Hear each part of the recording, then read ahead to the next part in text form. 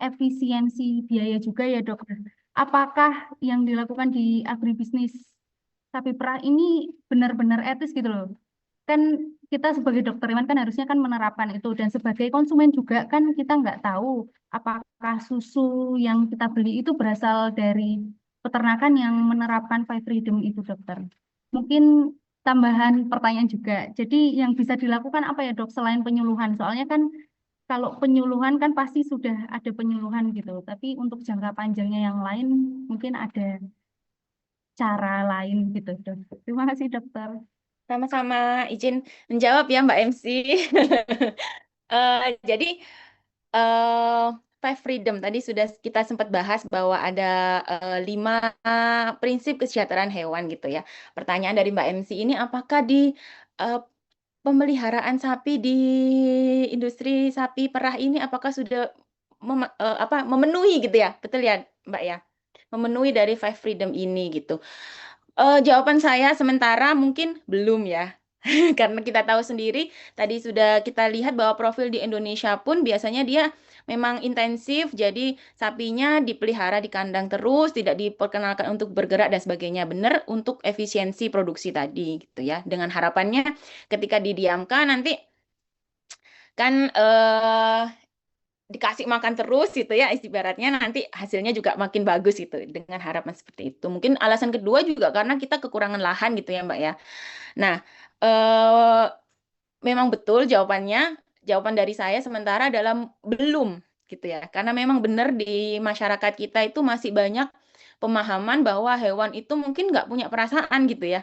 Hewan itu nggak butuh dilengkapi oleh five freedom-nya itu, nggak butuh kita perhatikan gitu ya.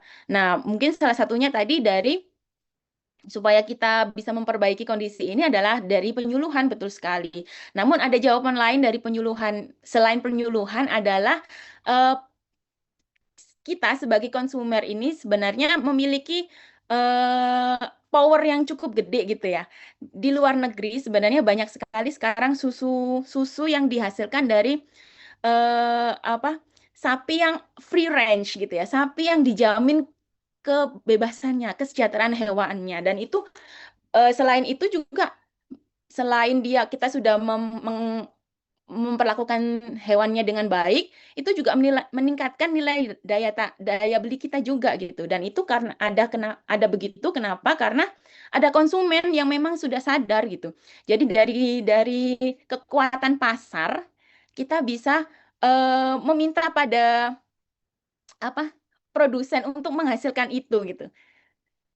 Paham. Jadi nggak hanya dari kita aja, dari dokter hewan, penyuluh dan sebagainya yang sibuk koar-koar gitu ya. Tapi sebenarnya kekuatan cuan itu juga bisa gitu. Kalau ada peminatnya pasti akan ada yang menghasilkan gitu. Seperti yang saya ketahui juga sekarang ada free cage pada ayam gitu ya. Harga telur dari ayam free cage ini itu bisa 5 sampai 10 kali lipat lebih mahal gitu. Dengan jaminan ini memperlakukan hewannya dengan lebih baik gitu. Padahal gitu aja gitu ya. Dan ada beberapa segmen dari konsumen itu yang memang punya kesadaran itu sehingga nggak apa-apa aku bayar lebih tapi menghasilkan produk yang lebih dan memperlakukan hewan-hewan yang aku produksi aku makan ini dengan lebih baik gitu. Jadi itu lagi balik lagi bahwa kekuatan pasar itu juga sangat kuat. Kalau pasarnya minta, pasarnya butuh gitu, pasti akan ada produsen yang menyediakan. Kalau produsennya ada, berarti nanti bisa itu proses-proses di dalamnya bisa sesuai dengan Five Freedom. Terima Gitu kasih ya. sementara. Benar. Gitu Baik, sementara, Dok. Bapak Ibu. Iya. Ini ada satu pertanyaan lagi, dicukupkan atau gimana nih, Dok? Monggo-monggo satu lagi aja ya. Ya, habis itu kita akhiri, kita Ya, kembali ke MC, begitu nih. Ini ada ya. satu dari Risma. Ini persebaran sapi perah kan tidak merata, ada beberapa daerah yang bahkan sama sekali tidak ada sapi perahnya. Nah, kalau salah satu solusinya dengan memberi bantuan bibit sapi pada peternak, tapi ternyata peternak ini tidak bisa mengembangbiakkan bibit sapi bantuan ini. Hasilnya bibit sapi ini malah mati. Nah, gimana menurut dokter mengenai masalah ini? Terima kasih dokter, katanya. Oh, Sama-sama gitu ya. Izin mencoba untuk menjawab ya, teman-teman semua. Kita di pemerintahan itu juga sering sekali mendapatkan problem yang serupa ya. Seperti contohnya saat ini di Kementerian Pertanian itu lagi booming sekali brigade pangan. Pernah dengar? Jadi Pak Menteri Pertanian kami itu sedang senang-senangnya sama yang namanya komoditas padi. Jadi padi itu lagi diangkat banget. Jadi semua daerah harus menanam padi dan itu bantuan bantuan bantuan selain padinya, selain bibitnya itu ternyata banyak sekali yang lainnya gitu. Nggak cuman kita lempar bibit, tapi kita juga harus menyediakan bantuan yang lainnya. Misalnya bantuan alsintan atau alat mesin pertanian gitu ya yang berhubungan dengan padi itu. Kemudian tak lupa kami yang ada di Badan SDM itu turun langsung untuk melakukan penyuluhan pelatihan yang berkaitan dengan eh, padi, cara cara bertanam padi yang baik, cara apa namanya panen, praproduksi, pasca produksi dan sebagainya. Jadi semuanya memang kalau kita ingin sesuatu hasil gitu ya, ternyata itu nggak semudah itu gitu. Ternyata banyak sekali daya dukungnya yang harus diturunkan juga gitu. Nah mungkin ini juga ketika nanti akan diturunkan bibit gitu ya, bibit sapi perah mungkin ke masyarakat, eh, sebelumnya pasti akan didahului oleh proses-proses yang lainnya. Nggak langsung aja diturunkan bibitnya, tapi pasti akan dilakukan entah itu penyuluhan, pengkondisian di lapangan oleh dinas-dinas dan sebagainya. Itu. Jadi jangan khawatir. Kalau kami sih sebenarnya kalau di regulasi gitu biasanya regulasinya sudah sudah mencakupin semuanya gitu ya, berusaha semaksimal mungkin gitu ya kemana-mananya gitu. Tinggal kita aja sebagai pelaksananya. Mampu nggak kita melaksanakan semuanya sesuai dengan regulasi yang sudah ditentukan itu gitu biasanya. Jadi memang sekali lagi saya katakan bahwa pendidikan, pelatihan, penyuluhan itu sangat penting ya ketika kita mau ngomongin tentang lapangan gitu. Ketika peternak sudah paham, sudah tahu gitu, sudah memiliki apa namanya knowledge gitu ya, akan lebih mudah bagi kita juga untuk memasukkan hal-hal yang lainnya gitu, untuk berpikir lebih maju untuk Indonesia dan sebagainya. Sementara itu, Dok. ya. Wah, Terakhir boleh, banyak Dok, banget ya. Dok Ya, Zaza. Loh, kenapa Terakhir. dok? Dokter Bodi ini mau nanya juga, nggak boleh, nggak boleh. Oke, Monggo, mohon izin monggo. tanya, Dokter Farisa. Ini Pelanggaran, kan Dokter Bodi. dari banyak yang sudah disampaikan Dokter Farisa tadi untuk perihal eh, mensukseskan ya suksesi dari programnya Pak Prabowo. Itu kan ada banyak bantuan dan skema begitu. Hanya saja kan trust untuk pemerintah untuk memberikan bantuan itu kan tidak tidak mungkin tanpa persyaratan begitu.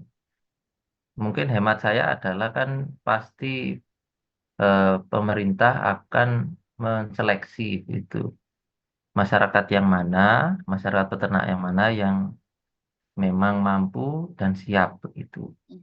Apakah untuk saat ini program kalau dulu pada saat kita mahasiswa dulu kan ada program yang namanya SMD, Sarjana Membangun Desa gitu, yang kemudian mendorong eh, sarjana peternakan, sarjana atau dokter hewan itu untuk membuat kelompok ternak.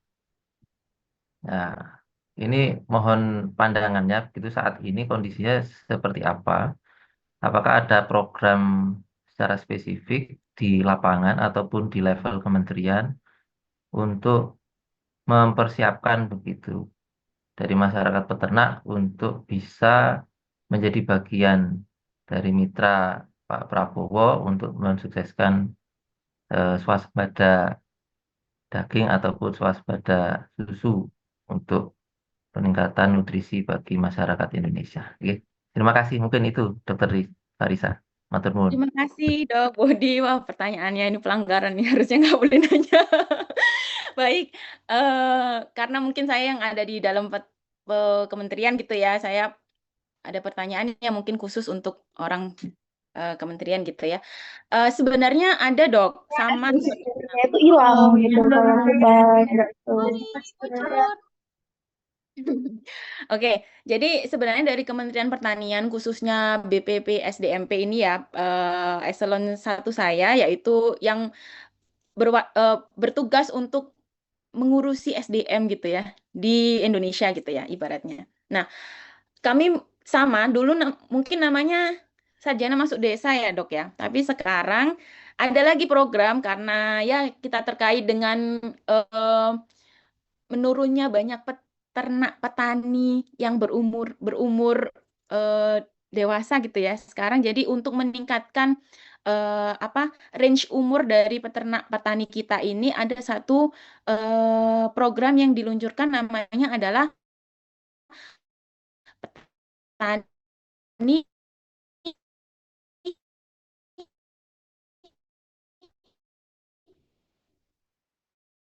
milenial. Orang muda di Indonesia gitu. Nanti disokong teknologi dan juga alat-alat pertanian yang modern. Jadi sekarang ngomong pertanian itu supaya nggak tentang hal-hal yang kotor saja gitu ya. Semuanya kita ngomongin teknologi supaya banyak adik-adik yang juga tertarik pada pertanian di Indonesia ini. Kayaknya kalau apa namanya kebutuhan petani muda ini kayaknya ini problem global ya, kayaknya seluruh negara juga memiliki problem yang sama gitu ya. Kita kekurangan orang yang tertarik pada dunia pertanian ya, maka dari itu ada program ini namanya petani milenial. Jadi nanti ada dutanya gitu ya, dia bertugas untuk ya itu sama sih sebenarnya kayak SDI itu apa sarjana mas. Jadi dia akan membuat apa namanya kelompok-kelompok tani gitu-gitu ya, nanti akan memberdayakan di desanya dan sebagainya gitu. Kemudian yang terkait dengan swasembada padi yang tadi saya sampaikan bahwa ada yang namanya sekarang brigade pangan gitu ya. Kalau adik-adik mungkin membuka website kami atau sosial media kami, Kementerian Pertanian pasti akan sering banget itu ngelihat ada kata-kata brigade pangan. Itu apa sih brigade pangan itu? Jadi brigade pangan itu adalah petani-petani yang dipilih gitu ya, dipilih kemudian dilatih, mendapatkan ilmu untuk kemudian diberikan bantuan dan memiliki PR untuk mengerjakan lahan sebanyak berapa hektar dan sebagainya kayak gitu. Dan itu yang menjadi apa namanya leader biasa sedang naik daun gitu ya, karena memang sangat di apa diharapkan kontribusinya oleh Pak Presiden gitu ya. Bahkan penyuluh yang dulunya diambil oleh daerah kan sekarang sudah jadi penyuluh Kementerian Pertanian ya, diambil jadi pegawai pusat gitu karena diharapkan kesejahteraannya bertambah dan sebagainya gitu. Jadi penyuluh-penyuluh ini nanti akan apa ya berkontribusi lebih untuk melatih dan mengawasi brigade pangan yang di lapangan itu untuk langsung turun menanam padi dan sebagainya. Jadi makanya tahun ini kita sudah targetnya Oktober ini kita ada swasembada padi. Dan saat ini sudah diraih apa persediaan beras di Bulog gitu ya terbanyak sepanjang sejarah Indonesia gitu. Jadi saat ini sedang lagi galak-galaknya di Kementerian Pertanian ini adalah terkait dengan padi, swasembada padi. Mungkin setelah swasembada padi ini sukses gitu ya, kita bisa meraih ke swasembada yang lainnya, termasuk nantinya akan swasembada sapi, swasembada daging dan sebagainya gitu. Jadi mohon dukungannya, mohon doanya juga, semoga sehat semua gitu ya, berhasil semua program-program dari Kementerian Pertanian. Gitu. Gitu Dokter Bodi. Semoga menjawab ya Dokter Bodi ya. Oke, matur nuwun sangat Dokter Farisa. Sami-sami gitu. Jadi Dok, terima kasih. Ini maaf. Ini selain ini ada pembagian sertifikat dok untuk Dokter Farisa dari oh, kami. terima Ya, kasih. Ya, terima kasih sebelumnya juga atas materi yang sangat insightful sekali. Mahasiswa juga jadi tahu ya akhirnya profesi dokter hewan itu tidak hanya menjadi dokter, tapi juga bisa jadi pengajar. Nah, ini dok, sertifikatnya dari kami sebagai bentuk tanda terima Terima kasih. kasih. Ya, Terima kasih banyak. Saya juga mengucapkan banyak-banyak terima kasih sudah diberikan kesempatan ya bertemu dengan adik-adik yang banyak sekali ini. Yang mungkin kalau nggak ada kesempatan ini, saya nggak akan ada waktu untuk ketemu sama mahasiswa ya. Mungkin kalau nanti sudah jadi pegawai, mungkin akan ketemu. Tapi untuk saat ini, saya bangga sekali bisa kembali lagi ke kampus bertemu adik-adik gitu. Semoga apa yang saya sampaikan adik-adik nggak merasa cukup gitu ya, merasa kurang. Karena saya kepinginnya ini cuman sedikit dari hal-hal yang bisa adik ketahui gitu terkait dengan agribisnis. Jadi setelah ini jadi ada rasa ketertarikan gitu. Setelah ini jadi adik-adik langsung bisa cari tahu sendiri. Apalagi zaman sudah modern, referensi banyak sekali bisa kalau adik-adik mau, adik-adik pasti bisa untuk belajar lebih banyak lagi tentang agribisnis dan penyuluhan gitu ya. Betul, Dok? Harus. Terima kasih banyak, Dr. Farisa. Terima Nanti kasih. untuk soft file sertifikatnya bisa saya kirimkan setelah ini. Terima kasih ya, terima kasih banyak. Oke, Juga ditunggu ya Mbak MC, Mbak Moderator, satu orang, nomor satu orang tadi, siapa yang paling banyak bertanya dan menjawab, nanti insya Allah akan kami kirimkan hadiah dari Bogor. Siap, Dok. mantap. Oke, terima kasih. terima kasih dok. Ini saya kembalikan lagi ke MC.